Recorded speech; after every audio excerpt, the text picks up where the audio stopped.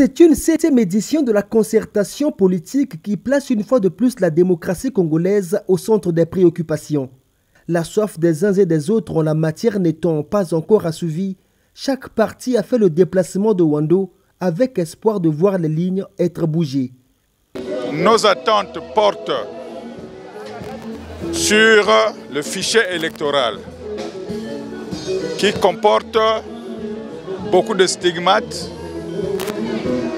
en l'occurrence les doublons, les personnes décédées et la non prise en compte des nouveaux électeurs qui ont 18 ans.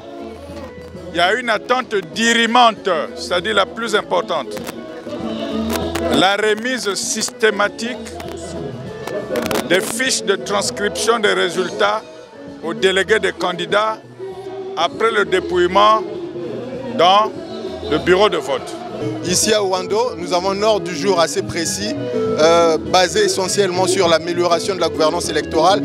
Nous espérons aboutir à des recommandations qui vont amplifier, densifier et consolider les acquis en matière de gouvernance électorale pour que ce process soit exempt de toute contestation. Nous avons besoin du dialogue et que ce dialogue est impératif pour garantir l'unité nationale et la paix chèrement acquise. Il s'agit là de consolider les acquis de notre jeune démocratie en créant éventuellement les conditions propices à des élections libres, transparentes et apaisées. Il est vrai que chacun voudrait que tout s'améliore et vite.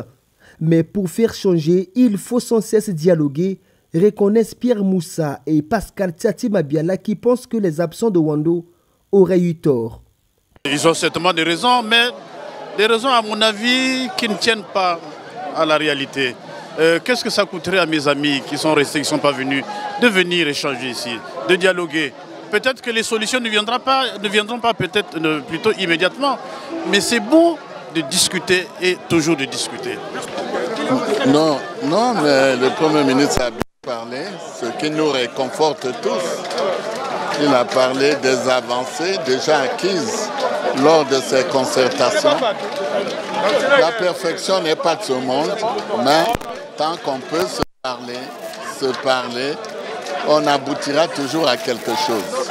Privilégier le dialogue et que chacun apporte sa contribution allant dans le sens d'améliorer la gouvernance électorale, c'est ni plus ni moins l'objectif des concertations politiques. Et Wando est peut-être le rendez-vous de tous les espoirs. Lorsque vous allez à une concertation, il y a forcément des concessions à faire. Nous avons certainement des desiderata, des doléances, et vous allez constater que si vous avez 10 doléances, 10 desiderata, vous pouvez en gagner 5, 6 et en perdre quelques-unes. Nous sommes confiants, nous pensons que Wando ne va pas accoucher d'une souris. Wando sera une concertation au cours de laquelle nous aurons naturellement quelque chose à gagner. Dans les débats de la capitale de la cuvette, la majorité présidentielle qui est au grand complet fera face à 19 partis de l'opposition.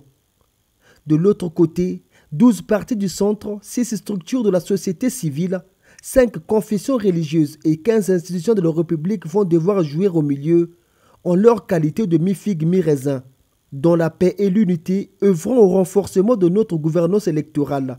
C'est le thème qui réunit ces acteurs sociaux, religieux et politiques jusqu'au 6 mars prochain.